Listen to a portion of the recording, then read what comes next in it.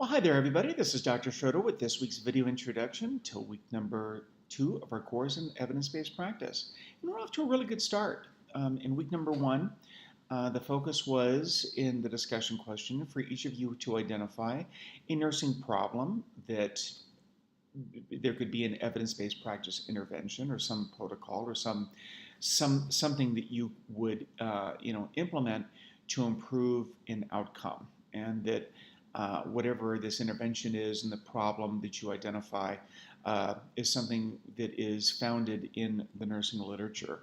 And so for the most part, everybody did a really good job with this. I've left everybody feedback, and I've left you most of you some specific feedback as to what you might want to think about as you go through and refine this PICO question. And in the real world of evidence-based practice, developing this PICO question actually takes a lot of time, and it's something that takes a lot of, I don't want to say necessarily a lot of effort, but a lot of thought and a lot of refining comes along with identifying this question. It's very straightforward. I mean, it seems like it's a fairly straightforward thing, just coming up with a basic research question, but sometimes identifying specifically what your measurable outcomes are going to be, or specifically how you're going to word that intervention, those are actually something that takes a little bit of trial and error, and sometimes it takes receiving feedback from an evidence-based practice team to really identify the clearest and the most concise PICO question that you can. And so that's really what the process for this week has been. Again, in the real world of evidence-based practice, this is something that there's a lot of back and forth and a lot of give and take and a lot of refining that goes on. Most evidence-based practice occurs in teams. It's not just one or two individuals. It's usually a team of individuals, oftentimes a team of individuals from different disciplines all work on a PICO and work on this evidence-based practice together, and the evidence-based practice question together. And so that's really what we're mimicking here in this class, coming up with giving each other feedback, giving each other suggestions, and offering new insights to help make for that clear statement of what it is that we're going to be implementing. In week number 2, there's 2 tasks. The first is your experiential report, your experiential exercise. This is where you're going to be documenting an interview or a meeting that you have with a librarian. You should all have made an appointment with or identified a librarian that you want to talk to, specifically to talk about how you're going to search for information.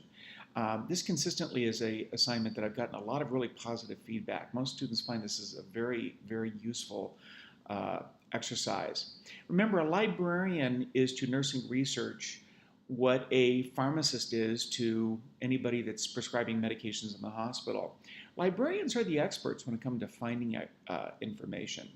And so use this time with the librarian, use this meeting as a time to really kind of pick their brains and identify what are the best keywords to use. And your discussion question is going to focus on keyword search that you're going to use to locate information related to your evidence-based practice and your PICO question. And so sometimes finding that information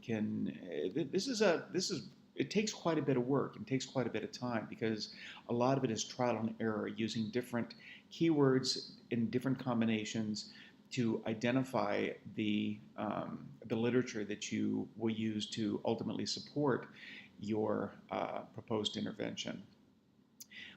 This is something that is, like I said, there's a lot of trial and error that goes with it. It's different than doing a Google search. You know, all of us use Google, and Google is really great because, well, Google has an algorithm that it tries to anticipate what it is that you're looking for just by asking a simple question. For example, if I go on Google and ask the question, if I were to do a research or do a question in Google for Chinese restaurants, Google's going to figure, oh, okay, you want to eat at a Chinese restaurant, and so I'm going to find you probably the best Chinese restaurants really close to where you live, and it's going to list all these things, and you don't have to enter a lot of words, and Google kind of works behind the scenes, using its artificial intelligence, trying to figure out what it is that you're really looking for. A keyword search in a database is completely different. A keyword search is just that, it's searching keywords.